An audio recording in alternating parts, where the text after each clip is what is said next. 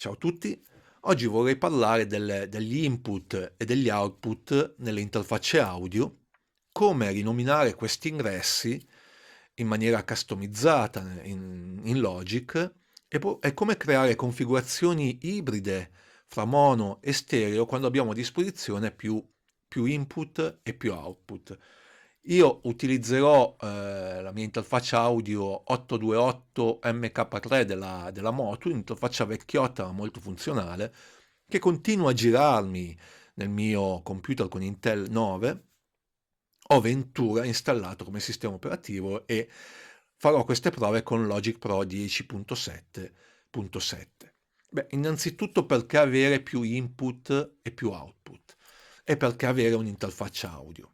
Un'interfaccia audio ci permette di convertire innanzitutto in analogico digitale i nostri segnali e più è qualitativamente buona la nostra interfaccia audio e più buono sarà ciò che facciamo entrare e ciò che facciamo uscire dalla nostra interfaccia e dal nostro programma.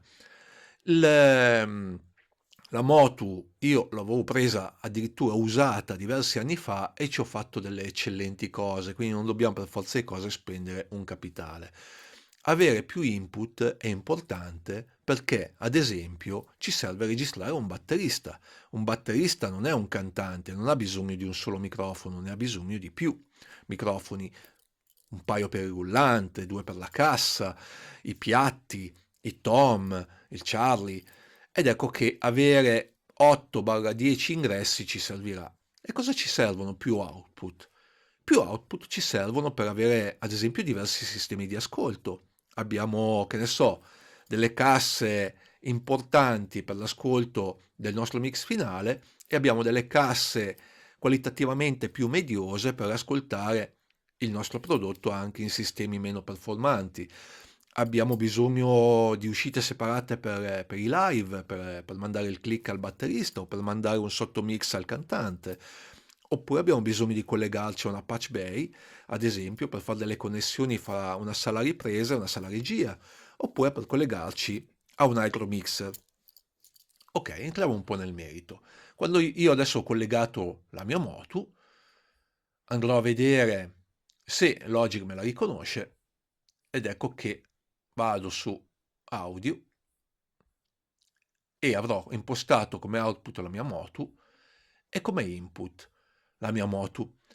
Ogni programma, ogni interfaccia audio ha anche la sua interfaccina. Io di solito non ci opero molto nei driver delle interfacce audio, e se andiamo anche sotto applicazioni e utility c'è anche la nostra interfaccia sicuramente indirizzata nei dispositivi audio.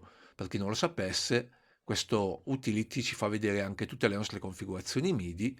Se andiamo invece nella finestra audio, che adesso non riesco più a rivedere come mai, le mie solite figuracce, ci sarà il Cimi che ride.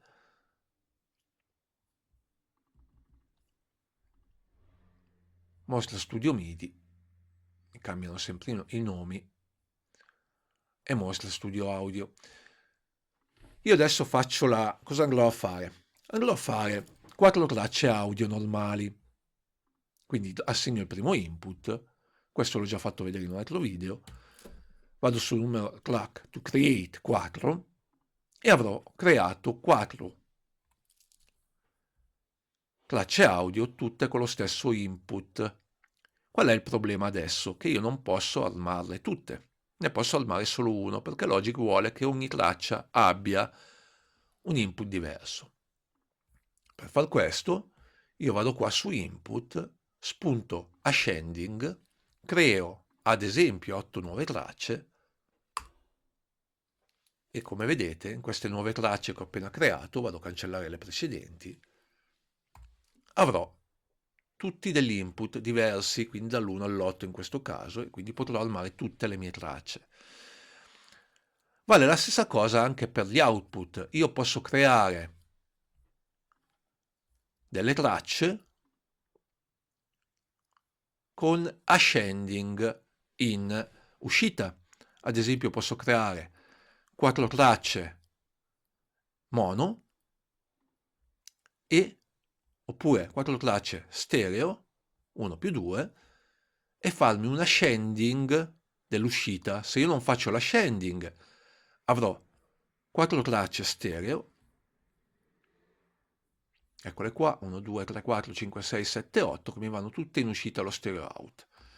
Ma se io voglio automaticamente assegnare delle tracce in uscite diverse, anche in questo caso posso fare l'ascending, parto dalla 3, 4 per comodità, faccio 4 nuove tracce e avrò i miei output già assegnati.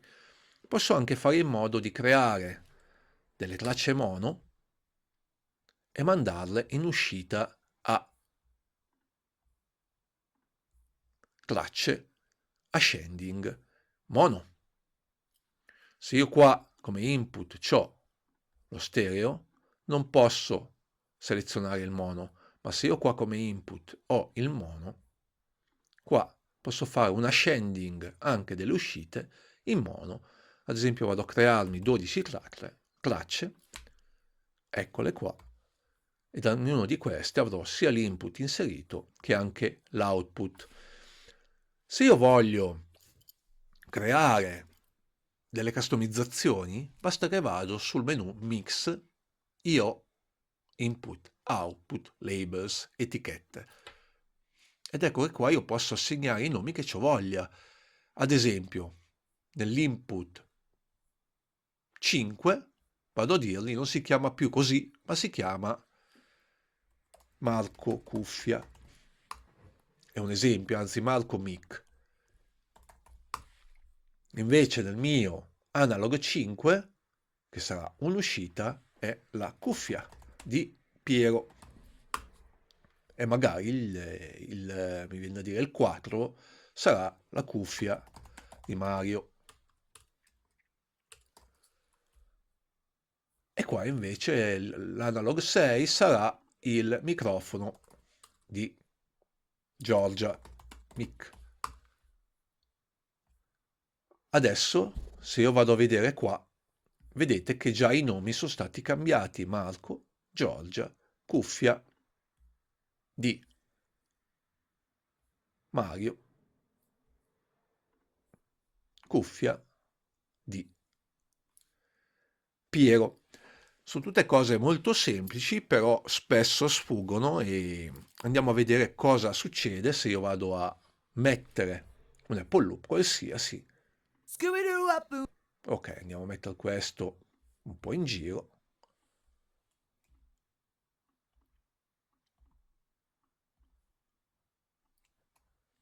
Allora, dove l'abbiamo messo? Innanzitutto qua l'ho mandato ad esempio in uscita al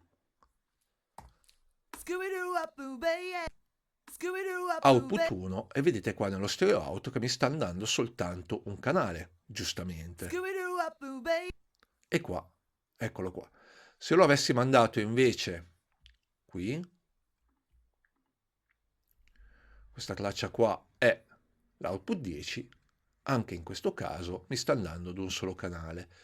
Se io questo gli dico vammi in uscita al 5-6, questa qua, premo shift, mi sta andando in uscita qua, ma non mi va nello stereo out. Adesso gli dico vammi in uscita allo stereo out, ed ecco che mi va in uscita anche qua. È tutto molto semplice, bisogna soltanto farci un po' di pratica. Spero di non avervi annoiato, e grazie per chi mi segue. Mettete un like o iscrivetevi alla mia pagina, faccio spesso video anche in inglese, ma comunque sono sempre sottotitolati, e per chi vuole approfondire c'è il mio libro in italiano, inglese, francese, tedesco, spagnolo e portoghese. Buon weekend a tutti, ciao!